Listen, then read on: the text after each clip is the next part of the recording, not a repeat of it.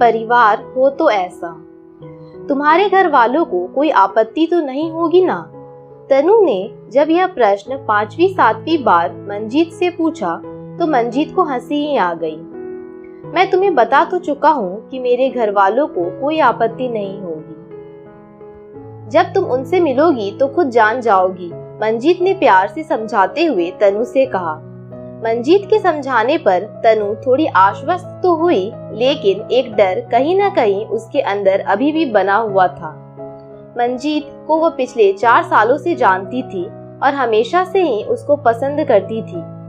मंजीत बहुत ही ईमानदार, मेहनती, हंसमुख और हैंडसम इंसान था। दोनों की दोस्ती कब प्यार में बदल गई पता ही नहीं चला। फिर जब मंजीत ने उसके सामने शादी का प्रस्ताव रखा तो तनु के जीवन में मानो बहार ही आ गई। बचपन से ही वह परिवार के स्नेह और प्यार से अनजान थी। माँ के असामयिक देहांत के बाद पिताजी ने दूसरी शादी कर ली थी। कहने को तो दूसरी शादी तनु की देखभाल के लिए ही की गई थी, लेकिन शादी के कुछ समय बाद ही नई माँ ने तनु पर ध्यान देना बंद कर दिया।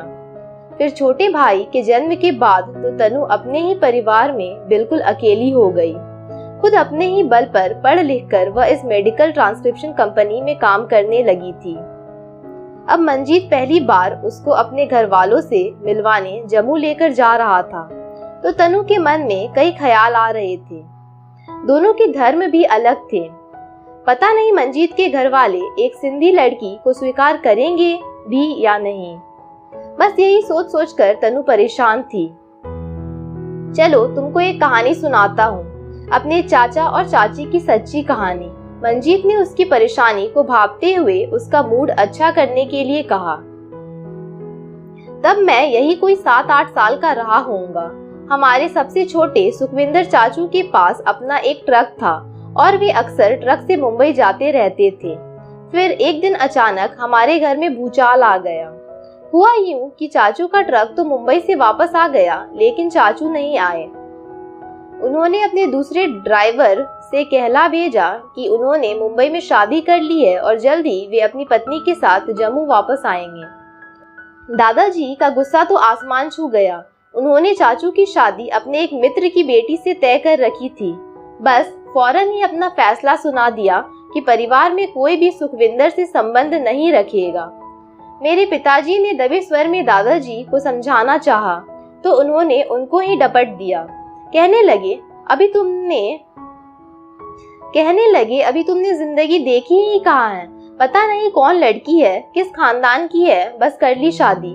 बड़ों की बात का तो कोई महत्व ही नहीं है और तुम चाहते हो कि ऐसे लड़के और बहू को मैं अपना लूं। मेरे जीते जी ऐसा बिल्कुल नहीं हो सकता। दादाजी के सामने तो परिवार में किसी की भी हिम्मत नहीं थी मुंह खोलने की, लेकिन हम सब बच्चे बड़े ही खुश थे। सारा दिन घर में नई चाची का शोर मचाते फिरते थे। नई बहू को देखने के लिए घर की औरतें भी बड़ी उत्सुक थी, लेकिन दादाजी के डर से किसी की भी हिम्मत नहीं होती थी मुंह खोलने की।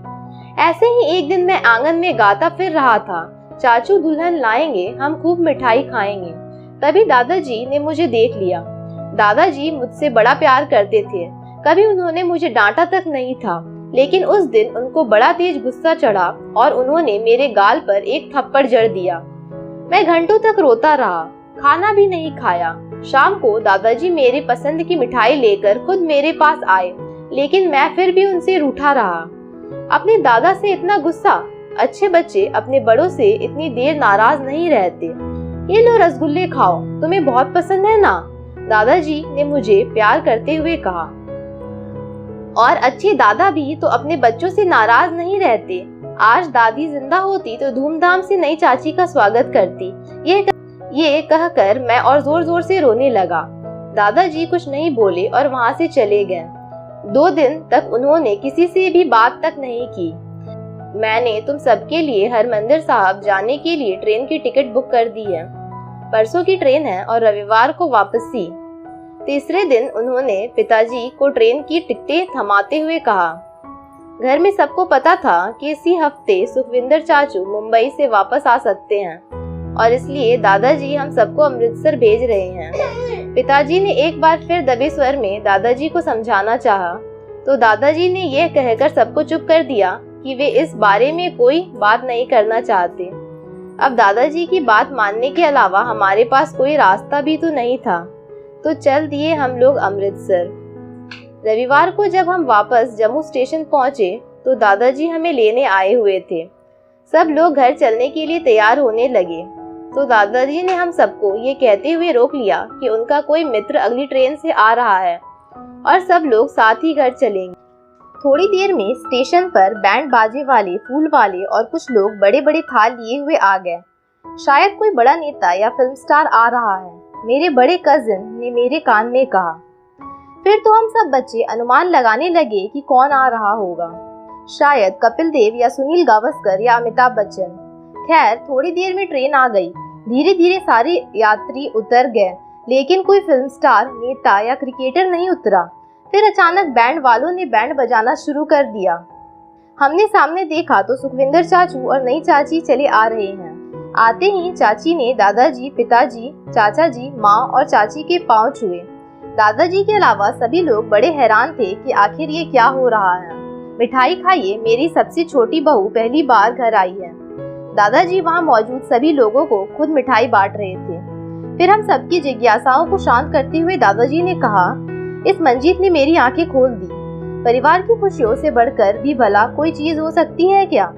दादाजी ने अपनी नम आंखें साफ करते हुए कहा, जानती हो, जम्मू में इससे पहले कभी किसी बहू का स्वागत ऐसे नहीं हुआ था। आज भी लोग सुखविंदर चाचू और अमरजीत चाची के स्वागत को याद करते हैं। कहानी खत्म करते हुए मंजीत ने तनु से कहा, हाउ स्वीट। तनु ने प्यार भरी मुस्कुराहट के साथ कहा, लो, बातों बातों में पता भी नहीं चला और जम्मू आ गया। मंजीत ने बाहर देखते हुए कहा। तनु अपने आप को संयत करते हुए जैसे ही ट्रेन से नीचे उतरी, जोर शोर से बैंड बाजे की आवाजें आने लगी। सामने मंजीत के परिवार के लोग फूल मालाएं लेकर खड़े थे। मंजीत की माताजी आगे बढ़कर तनु को गले लगा ली। फिर बारी बारी सभी लोग तनु को फूल मालाएं पहनाने लगे। मिठाई खाइए, हमारी होने वाली बहू पहली बार जम्मू आई है। मंजीत के पिताजी वहाँ मौजूद सभी लोगों को मिठाई खिला रहे थे। अपने नए परिवार से मिले इस अनोखे प्यार और परिचय से तनु बहुत खुश थी।